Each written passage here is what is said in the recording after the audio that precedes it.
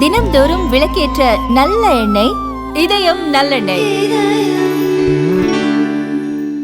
और कमल प्रबुद्ध व्यक्ति के अवशेष शीर्षक वाली ये जो प्रदर्शनी है, ये भगवान बुद्ध के अनुयायियों के लिए भी बेहद खास, क्योंकि यहाँ गहन दार्शनिक अर्थ, उत्कृष्ट शिल्प कौशल, वैश्विक आध्यात्म के महत्वता का प्रतीक इस प्रदर्शनी को माना गया है।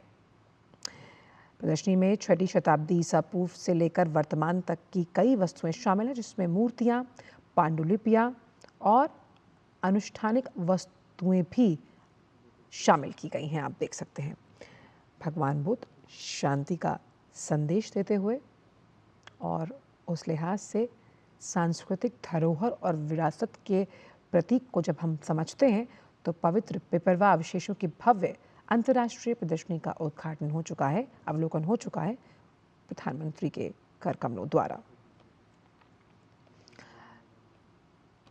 और बेपरवाह अवशेष भगवान बुद्ध से जुड़े सबसे प्राचीन और ऐतिहासिक रूप से जो महत्वपूर्ण अवशेष यानी कि रेलिक्स हैं, उनमें से माने जाते हैं।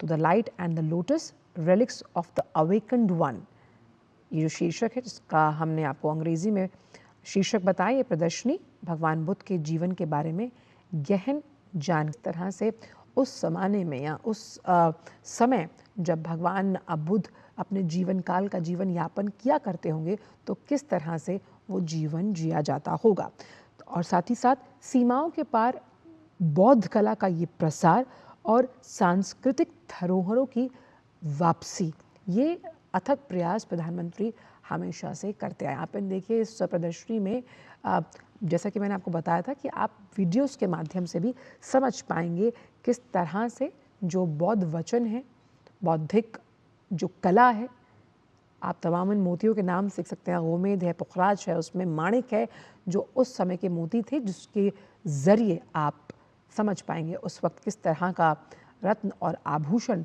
भारत में प्राप्त या मिलता था। बेपरवाह रिविजिटेड, आपने देखा कि प्रधानमंत्री उस सेक्शन में भी इन अनुभवों को आत्मसात करते हुए नजर आ रहे हैं। प्रदर्शनी का शीर्षक प्रकाश और कमल, जागरूक व्यक्ति के विशेष, the awakened one, the awakened soul, कि किस तरह से आपका जो अंतर मन है वो जागृत होगा, आध्यात्मिक से मिलवाते हैं। जो आज का युवा अगर कहीं भूल भी रहा है, तो युवाओं को अपनी संस्कृति और भारत के संगम के साथ जोड़ने के लिहाज से ये एक अहम कदम माना जाता है। तो आज जिस तरह इस बेपरवाह अवशेषों की अंतर्राष्ट्रीय प्रदर्शनी का उद्घाटन किया गया और विश्व के बौद्ध समुदाय इन अवशेषों को विशेष सम्मान देते हैं।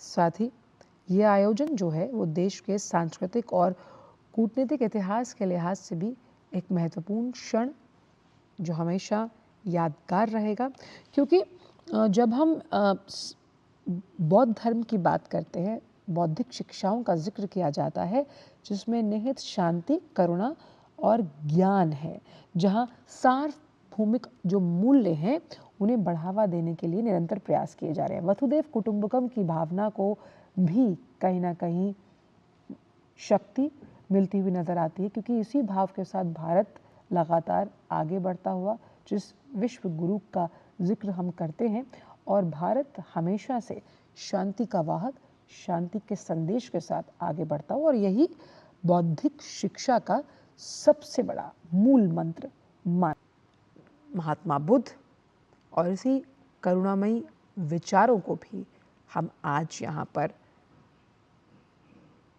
देख पा रहे हैं। देखिए तमाम ये जो होम कमिंग इन रीविजिटिंग उन तमाम साक्ष्यों की जो भारत की विरासत को दिखाते हैं।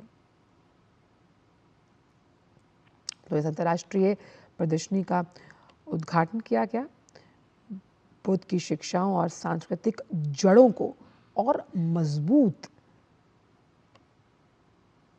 किया जाएगा यहाँ, क्योंकि एक सदी के बाद इनकी वापसी हुई है। भारत की सांस्कृतिक जड़ें कितनी मजबूत है ये। तो जो तमाम बौद्ध धर्म से जुड़े हुए ज्ञान की बात है, प्रधानमंत्री अपने विचारों को अंकित करते हुए नजर आ रहे हैं।